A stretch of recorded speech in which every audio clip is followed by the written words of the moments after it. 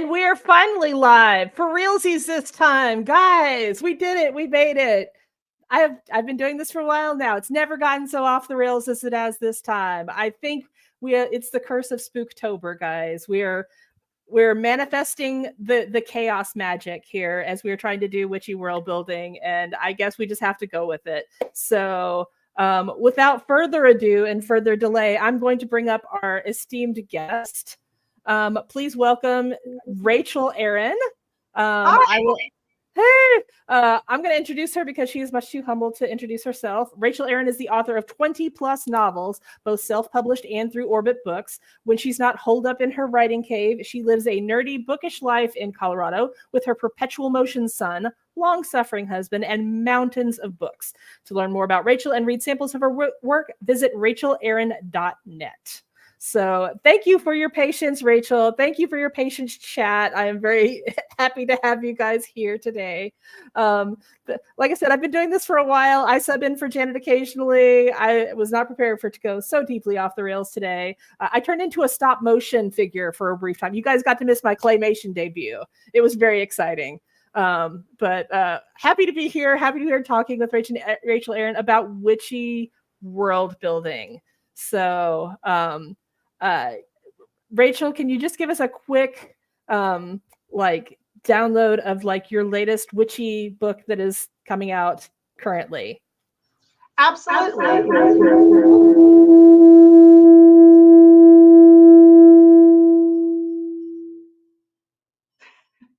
Okay. Ooh, I still have a reverb. That's for Spooktober.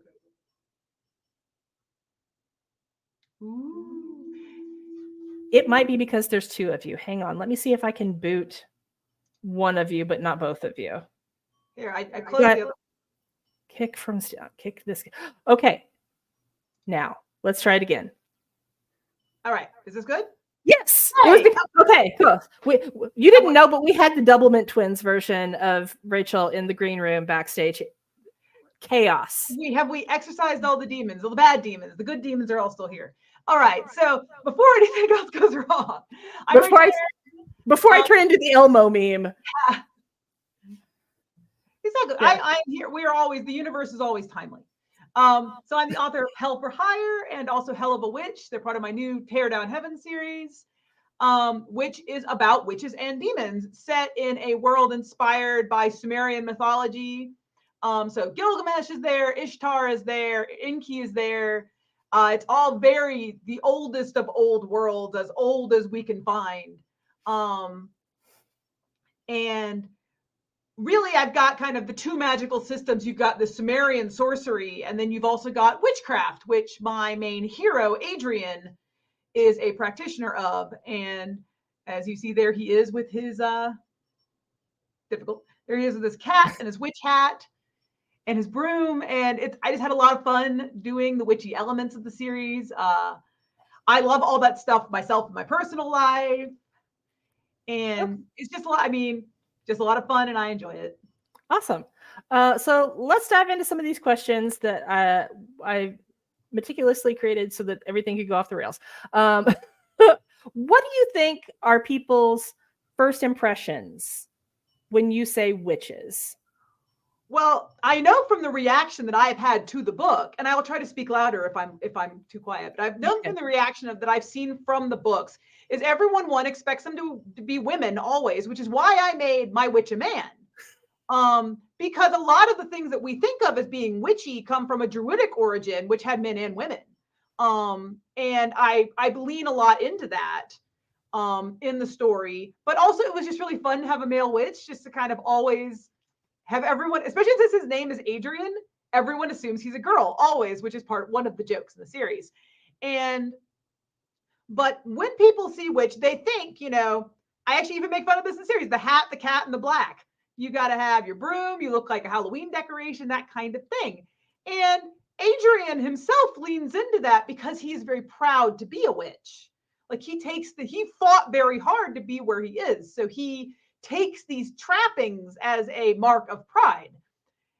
But really, honestly, witchcraft has always been, especially since, the in the Druidic traditions, we know almost nothing about them because they were all oral. And so when the Druids died, it was all lost.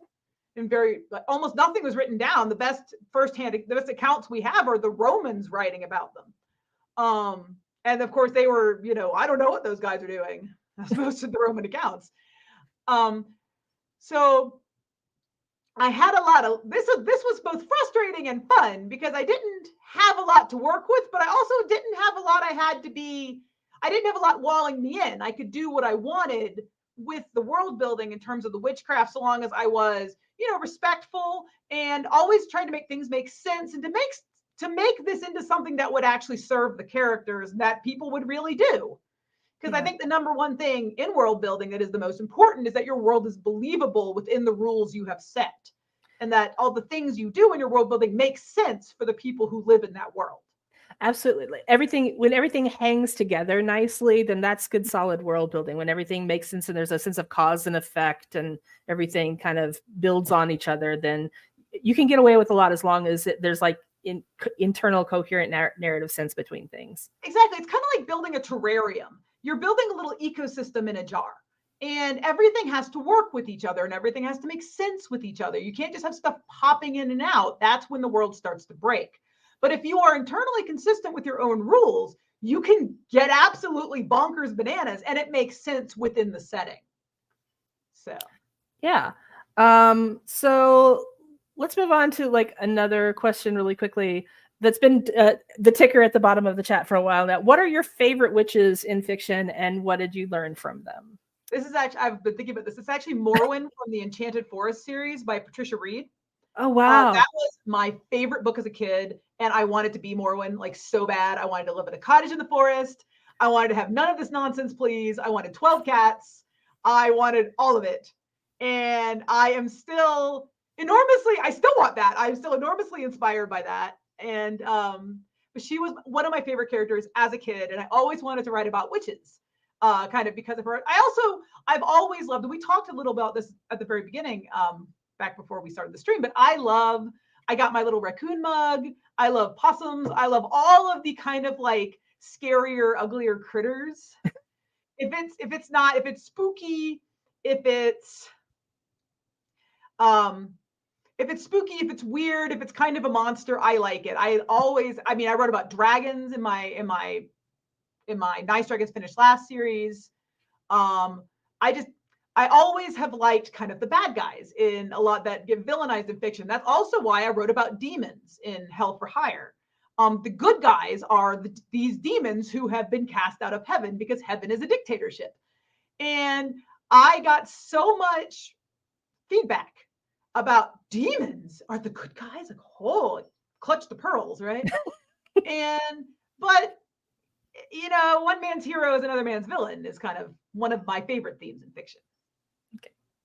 Absolutely. That's actually going to take me to like a question that I had saved for later.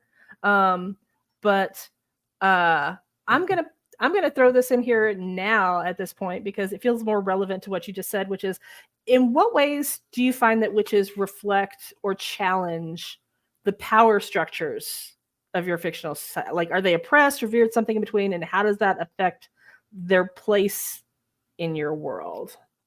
Well, as someone who lives in the Western modern culture, witches have always been outsiders in my understanding of the world and in a lot of our fiction. And in going back in the Western canon, witches are always outsiders, scary symbols of temptation. They're always embodied by the wild world. And I always loved that as a rather disaffected teen. I always liked that a lot. And I still like that as someone who has always been nerdy and has always been kind of on the fringes of things. I write fantasy for a living. It's hardly mainstream. But I love that. I love the outsider perspective. I love having a witch as a character because the outsider perspective is often the most interesting way to enter a secondary world. Because you have a character who's just as wowed and new to all this stuff as the reader is. So you get to have this very kind of fresh, new, interesting way to basically describe what's going on. And an outsider character is always very useful. And witches are especially fun because they are powerful outsider characters. These aren't like powerless people coming into a power system. They often represent disruptive power. And that is a very fun thing to work with as a writer, because you get to have someone come in and kick the status quo over. And that's always a great time. Oh yeah, good times. Kind of relatedly, I want to get into like, how do you handle the morality of witches? Like, they're often portrayed as like morally gray. And kind of relatedly, these are sort of two questions that are kind of flip sides of the same coin. Do you think it's valuable to make witches likable? Absolutely, because there people always identify with outsiders. And that's one of the reasons witches have become such an icon for, like, say, the feminist movement in America. Because they're often depicted as powerful women who are ostracized. And there's a lot of ladies who relate to that. And I relate to that. And I love writing about these kind of characters. And I think the morality is, in my books, I made the morality of witches like the morality of nature, in that there are forces, and the morality of nature is one of cooperation and survival. Because you could say nature is immoral, because morality would be a system of judgment. But that's also why, for example, in the book, Adrian the witch, he casts curses, he does black magic, he's one of the moral compasses of the book, versus the system of heaven, which is excessively judgmental and concerned with morality. And not necessarily from you must be a good person, but you must be obedient. It's kind of rules. We have a lot of game masters, a lot of dungeon masters, a lot of RPG players in our community. And as you're talking, it's making me think of like the classic alignment chart. And it sounds like a lot of the world building in here that, like, you've got your witch character is kind of on that chaotic good to chaotic neutral end of the thing, whereas the forces of Gilgamesh and heaven are more like lawful evil to lawful neutral. Like, lawful evil is the most fun evil, because lawful evil has a purpose. Lawful evil has a directive, and they're going to go for it. And they're organized. They're organized. They're a lot of fun, because chaotic evil can be very fun and disruptive. But it's when you want to do something from a plot perspective, lawful evil is good because they are also internally consistent. You can see the march of the ideas through it. And that to me as an author is very interesting, much more interesting than just, I'm going to be evil for no reason. Today I will cause chaos for no reason. That kind of thing. Yeah. Let's not be a goose, but that's sort of what I did. And actually I saw in the chat this question about witches in ancient Sumeria. There were witches in ancient Sumeria, and they were, shocker to no one, people who lived out in the woods and did magic not approved by the gods. Because a lot of in ancient Uruk, which is where Gilgamesh was king of, magic was divine. It was mostly done by priests. And so people who were doing magic who were not priests were witches and were ostracized off in the woods. I mean, this has been going on for a very long time. This is not a Judeo-Christian thing. This is an always thing, Yeah. I'm going to jump to the chat. Uncle Creepy was the one who had the question about, tell me more about witches in ancient Sumeria. So there's also a good question here from Stiltus from the chat that is, what would be the defining quality or qualities of a witch? Well, the questions are really related. People who are doing magic outside of the prescribed system. So in Judeo-Christianity, these would be, ladies consorting with the devil. But in Sumeria, it was just, you're doing magic that is not approved by the gods. Real magic comes from heaven, and you are doing magic that is not that. So therefore, you are breaking the rules of society and are ostracized. But it's also like, if you want to do something the gods don't know about, you go to a witch. So it's sort of like unlicensed magic. Witches are always there, going around the system, operating outside the system. And again, from the perspective of someone who tells stories, and whether it's a role-playing game, whether it's a novel, whether it's just something you're doing for yourself, a video game, whatever, it is always, the drama is always there when you upend the system. Following the rules does not get you great drama. trying to get around the rules or blatantly breaking them, that's where you find the really fun bits of a story. Because you got to have things clashing into each other. And if everyone's just doing what they said they were going to do, it's very difficult to generate that drama. Yeah, for sure. You're also making me think very much of Terry Pratchett's witches, Absolutely. who also operate very much on the outside of society, kind of doing their own thing. Weird and Sisters was so fun. So. Granny Weatherwax and Nanny Ogg and Tiffany Aching. We just had a video on the Tiffany problem, which touched on Tiffany Aching, which is very lampshaded by Pratchett. But yeah, Pratchett's witches are also, like you said, very much like they're not the ones that went to the arcane university. They're the ones that are kind of like. But they'll have your back if you're in trouble. They're like out there, like if you're desperate, those are the people that you go to. And like I love Owl House, for example. I think that is a super fun show. If you've never watched it, I watched it with my son. Great show. And but Ida, the owl lady, she was the bad girl coven. And even though they were all witches there, Ida was the real witch because she was the one on the outside. And that's why it was her show. It was like her and Luz's show. Because witches are defined by outsider status. So even when you have a witch society, you got ladies on the out, and they're like the real witches. We're going to come back to something that you mentioned a little bit earlier, and that would be what is your take on the intersection of witchcraft and feminism in storytelling? I feel like we've touched on this a little bit. We haven't directly gone at it head on, so. I am so glad you asked this question. So, shocker, I'm quite feminist. I know, all of you faint. I would say if I had a thing that I talk about more in my books than any other topic, it's toxic masculinity and how it hurts everyone. Like how this need to never be weak, to never let go, to always be on top, robs us of so many things in life, and robs men in particular. I actually write a lot of men because I feel they have kind of the front row seat for the oncoming train that is toxic masculinity, and they're the ones who get run over the most.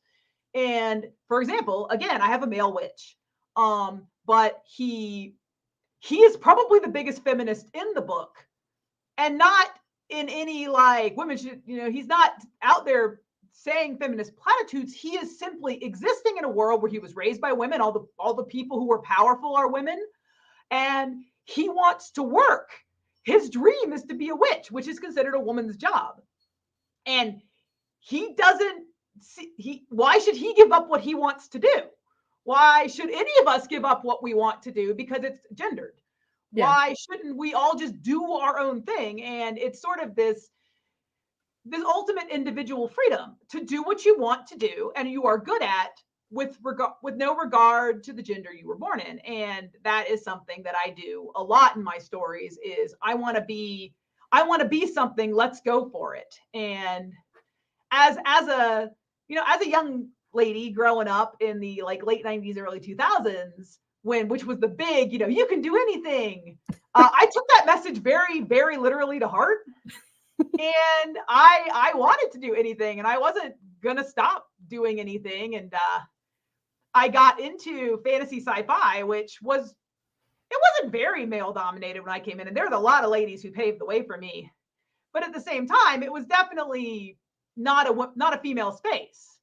But if you just believe in what you're doing and you just do it, people kind of get out of your way. Like, you're just like, they're like, you can't do that. And you're like, sorry, doing it, not paying attention, just over here doing my thing. Sounds like a very witchy sort of situation. Exactly. Like, do what you want.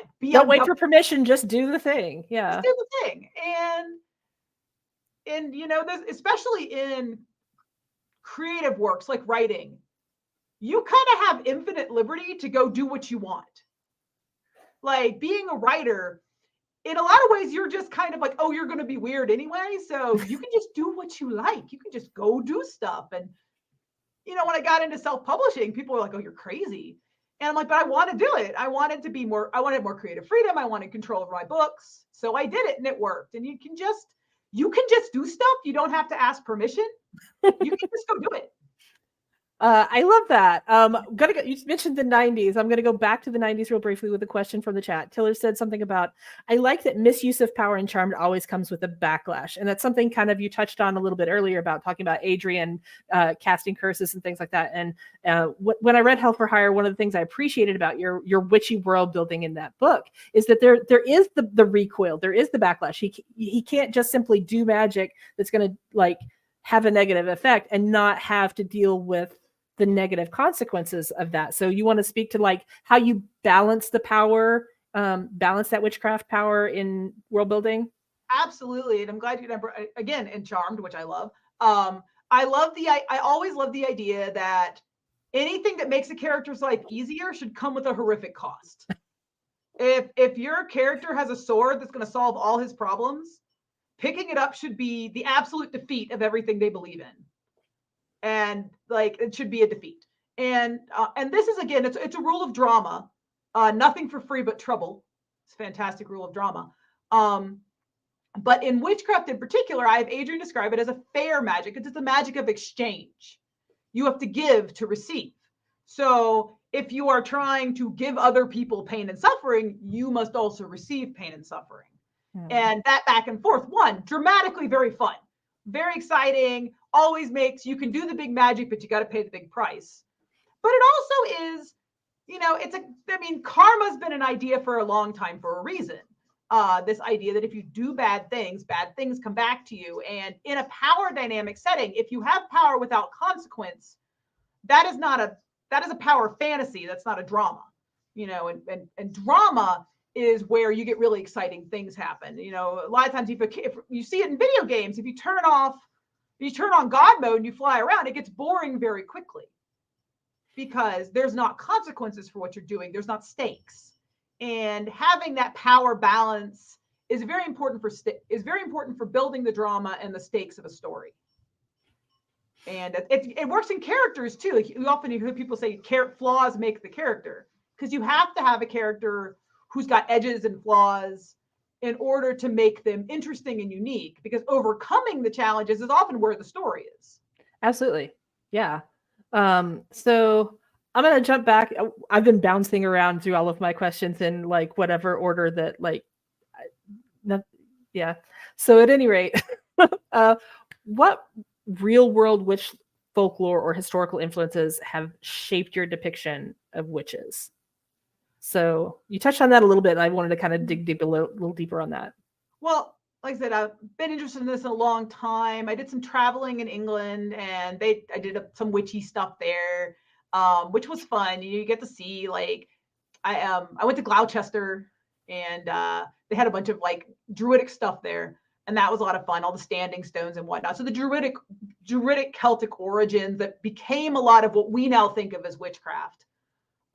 Which of course were not witches in their own time. They're totally legitimate religions, but through the lens of history, a lot of what we think of as witchcraft is tied back to these older religions. For the witches in this particular book, I drew a lot of my inspiration from all the research I did into the Sumerian mythology, because again, they did have witches, which were people on the outside. For example, the reason my demons have horns isn't actually because demons have horns in modern depictions, even though that was totally awesome that this lined up. But if you go and look at carvings of Ishtar, like images of Ishtar, she has these 6 giant horns on her head. It's her crown of horns. And so I had these demons. So I gave them Ishtar's horns because they're children of Ishtar, and which is a minor spoiler, but not really. But that was like, for example, that is where it came from. And that's kind of one of the fun things about going back to these really old myths is nothing is new. Everything old is new. It all keeps coming back around. Humans have like, let's stick animal horns on people forever, So. Yeah. So I'm going to jump into, and we've kind of touched on this a little bit, but again, we keep bouncing around from topic to topic or whatever, but, I'm sorry, I'm a meanderer. I know we've talked about what is the difference between a witch and other kinds of magic users and power structures, but what is the difference between witch magic and other kinds of magics, and what are some common characteristics of witchy magic? I think maybe getting into more like the aesthetics of things and stuff like that. So And this will vary from author to author. Like, I can only speak to my witches. I'm not here to lay down the law of everything witchy. That would be very unwitchy to lay down the law of everything witchy, considering it is such a personal connect. It's often depicted as such a personal connection magic. But I think if I was like to say, okay, I'm gonna make a role-playing game about witches, how would I make the magic? I would make it very nature-based, very exchange-based. Witches are often depicted with cauldrons. It's a very or making things. I actually have a joke in the first book that it's called witchcraft because Adrian makes everything he uses. And because of that self-reliance, that making your own things, that is a sort of magic that we have lost in the modern world. Like, I could not make my own clothes at this point in time, but my ancestors could and did. But I don't know how anymore. It's just gone. And instead, I know how to use computer. But this idea that if you were to take like witchcraft versus other kinds of magic, witchcraft is always depicted as a natural magic of home crafts, brooms, cats, cauldrons, fire, things in the house, versus other types of magic, which are more academic or they come from a higher power. Witches often will brew their own power versus calling upon a higher power, like a paladin would, for example, or a priest would.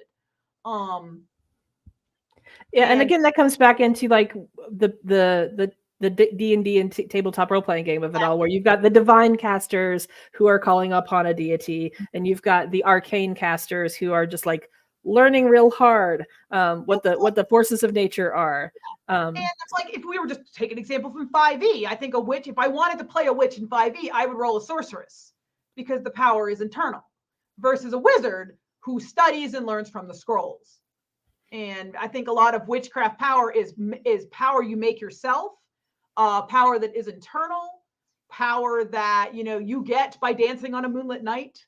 Things that you bring in from the natural sources or from an internal source versus external. Fun caveat.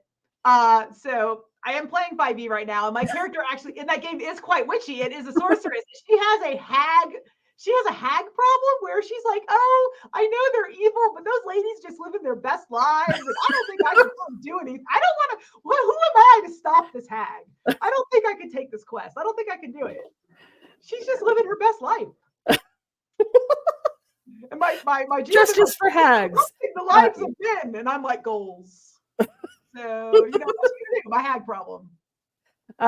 It's kind of as a little sidebar to that, and I didn't have this question prepared, but I have to ask it now, is what is the relationship in folklore, in fiction, in media, and in D&D between warlocks and witches? Because you have warlocks in your Bring Down Heaven series, and they are very distinct.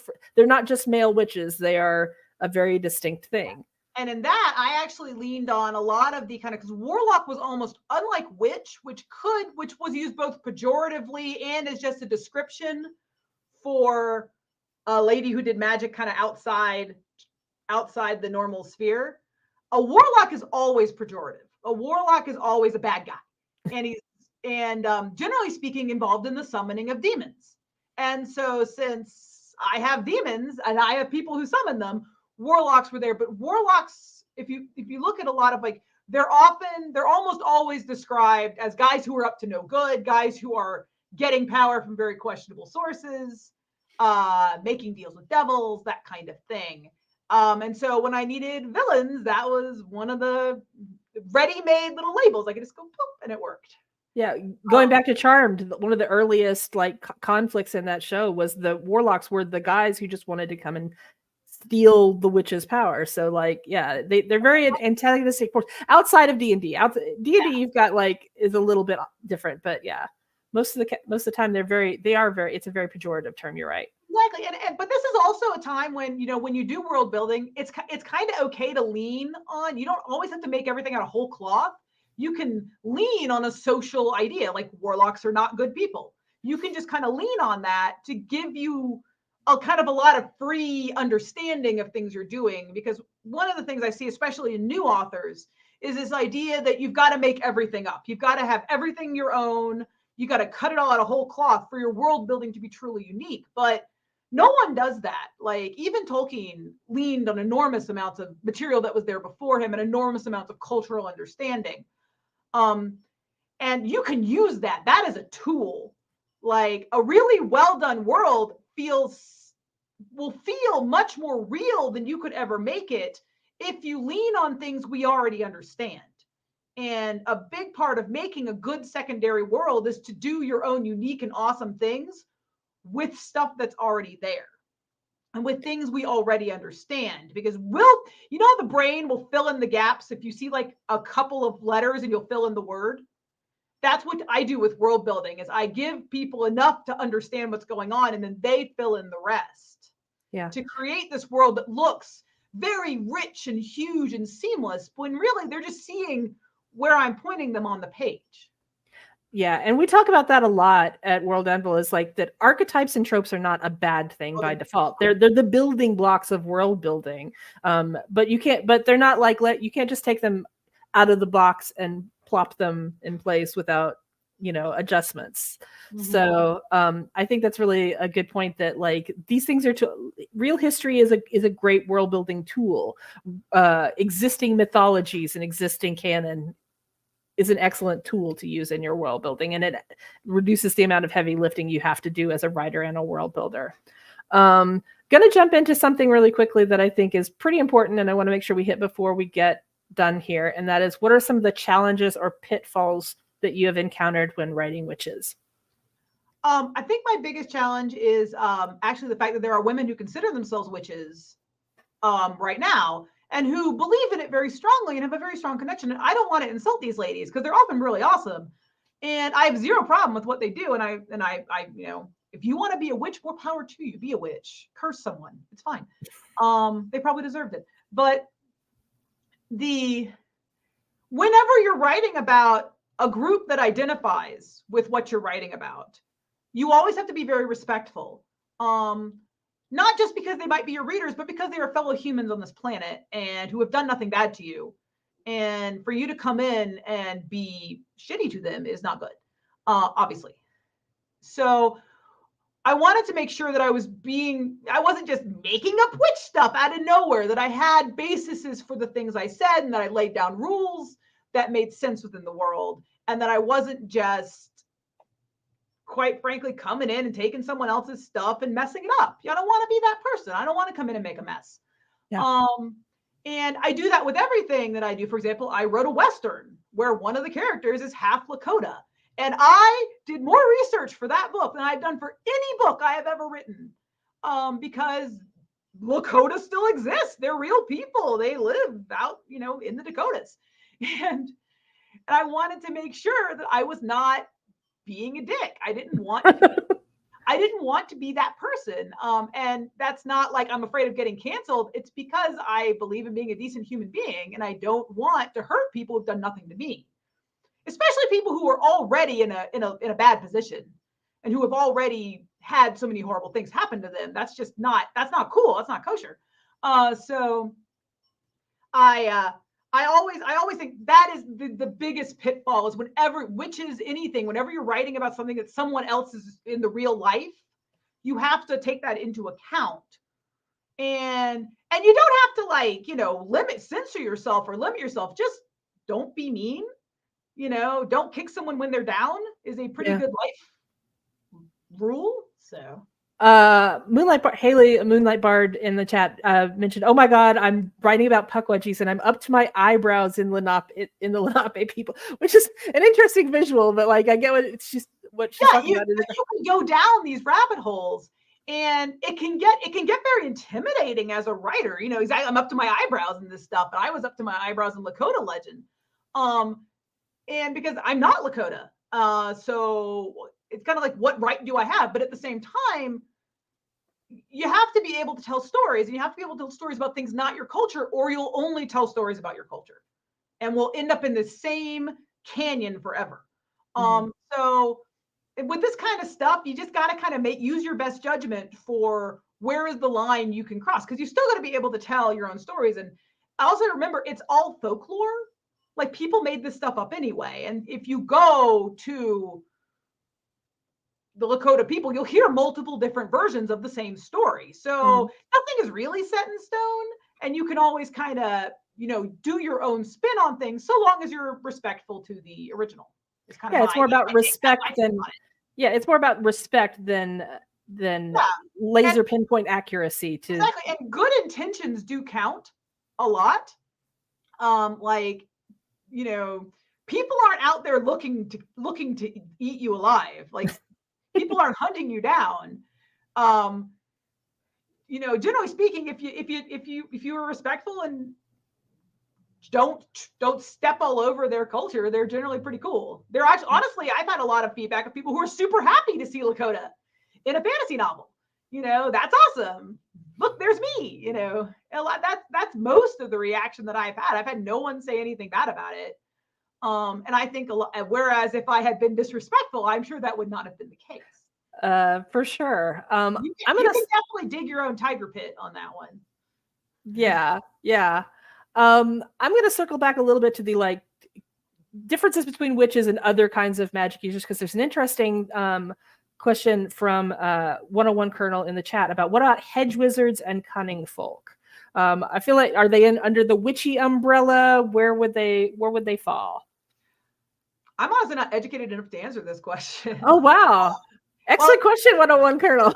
Yeah, I would absolutely put them under the modern witchy umbrella. Like if you wanted to be a hedge wizard, I'm pretty sure you would be welcome at any Beltane fire. But but for example, I didn't really put them. Actually, hilariously, I do kind of mention hedge wizards in book 3, which I just finished writing, as people who are around in terms of like lots of other magical people.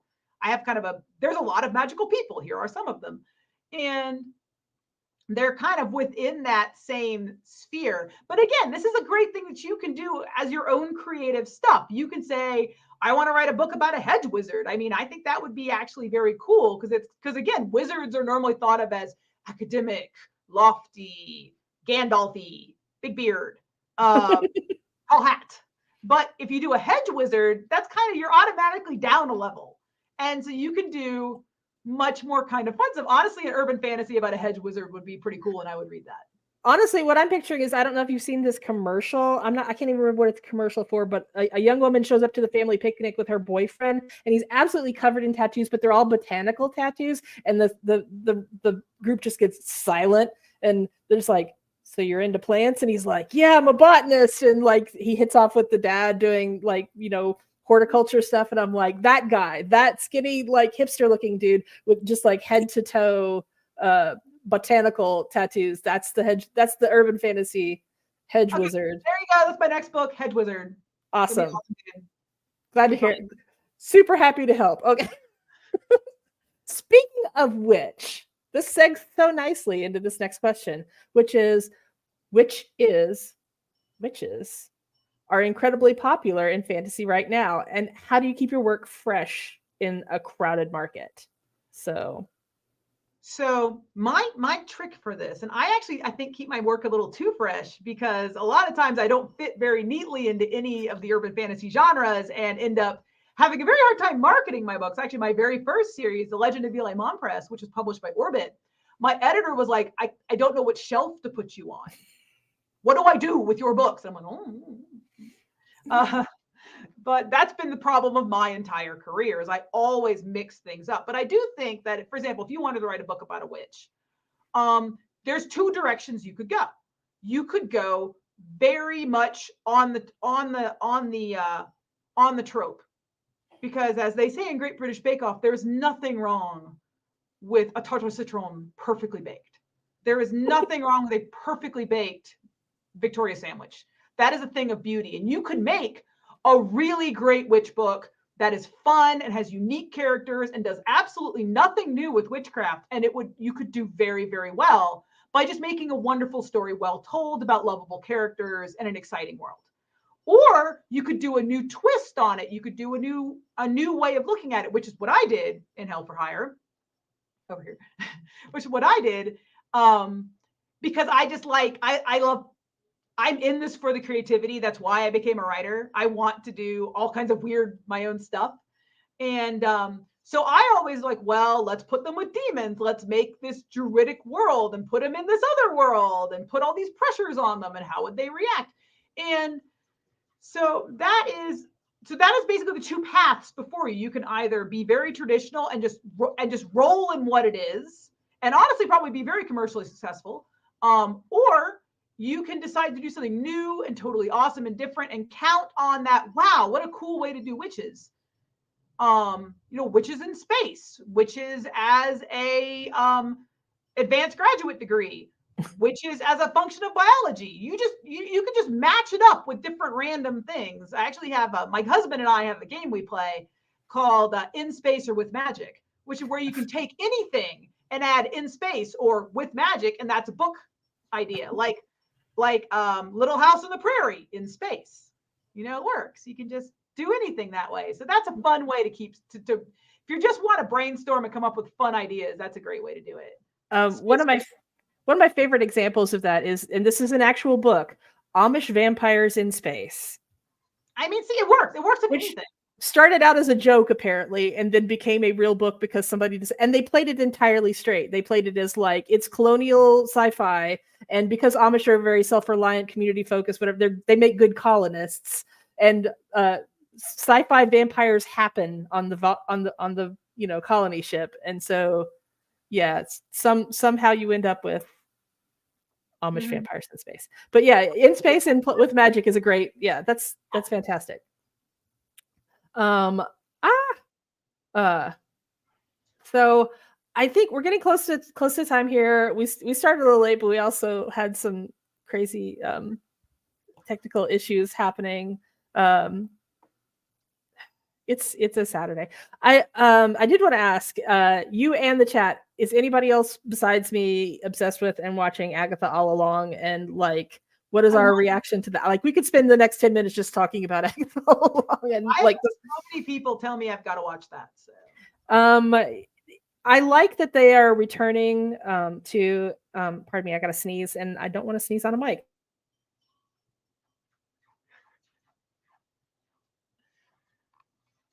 Is it working? And it's gone. Oh my God.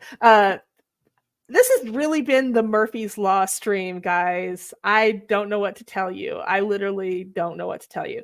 But Agatha all along, and the sneeze ate my brain. It ate the question that was in my head. Oh, I love that they're getting back to appointment television, because it drops at 6 p.m. on a specific night, and people are getting back into the, like, I've missed that. I used to be an appointment viewer of like Lost and different things like that. So I appreciate that they're dropping it at in prime time. Remember what prime time used to be, kiddos? Remember when you would sit down and like there would be like that window of television.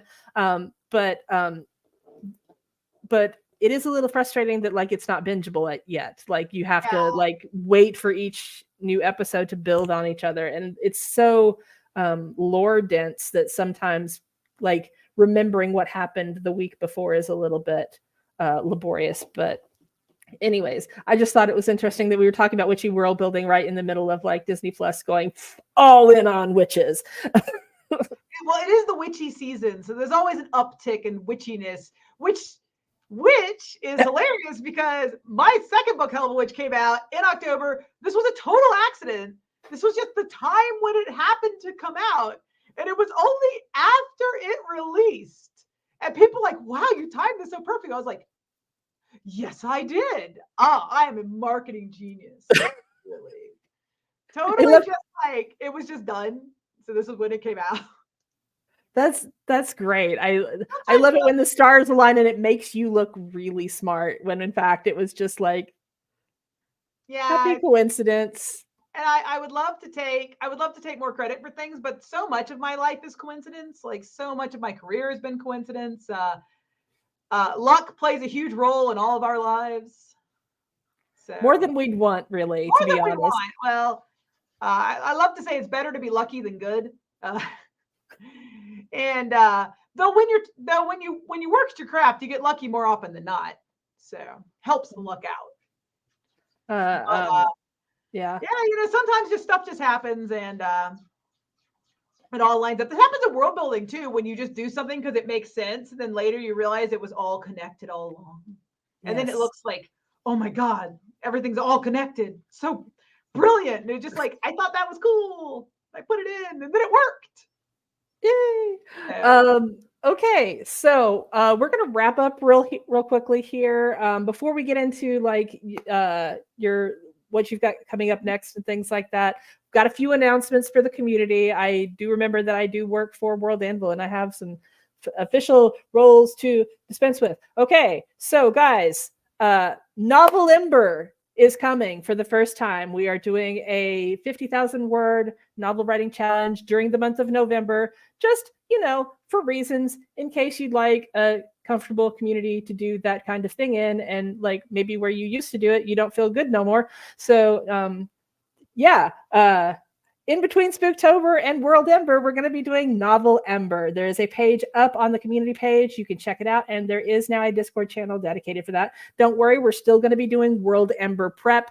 Those are separate channels. If you want to do both, if you want to prep for writing a whole bunch of world building in December while you're also writing a novel in November, feel free. Get all your creativity out. Just have the most creative autumn you've ever had in your life. That's fantastic. Also, Spooktober is ongoing. If you would like to follow the prompts, they're on our community page there.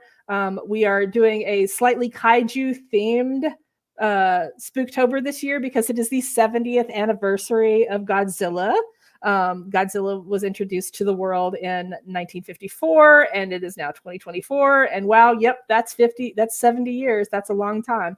So if you haven't, all you have to do is finish 13 prompts of the entire group to earn your shiny Spooktober badge, and you still have several weeks left to do that. It is ample time to write 13 world building prompts about, monsters, scary monsters, to quote the Incredible Hulk in Ragnarok.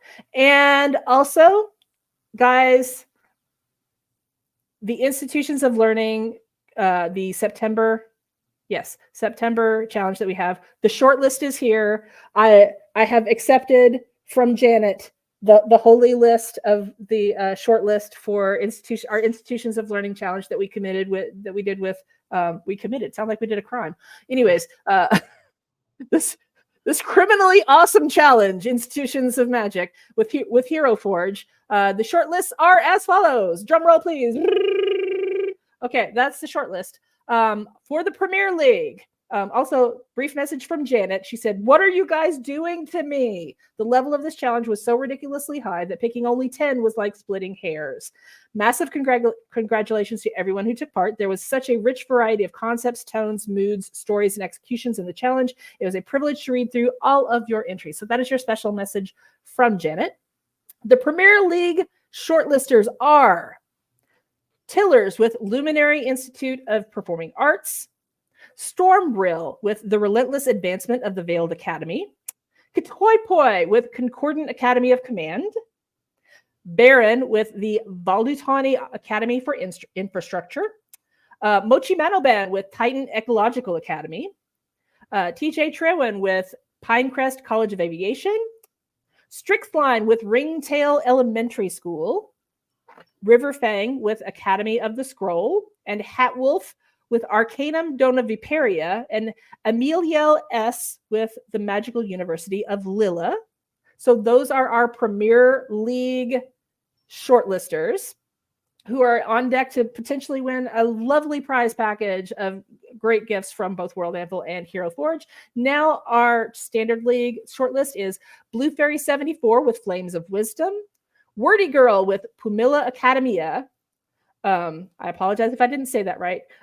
Night One with Universitat zu Oppersberg, University of Oppersberg. Felix Van Huss with Klamath Academy. Goblins stole my brain. Got cut off in the spreadsheet with the Shadowed Order. Demon Grey with Bog A Raz. Legiona with Academy of Ithelion. Armored Wolf with Fletching Program. Devil Maid with Blackthorn Institute, all caps. And Stillness and Silence with Celestial Confections Conservatoire.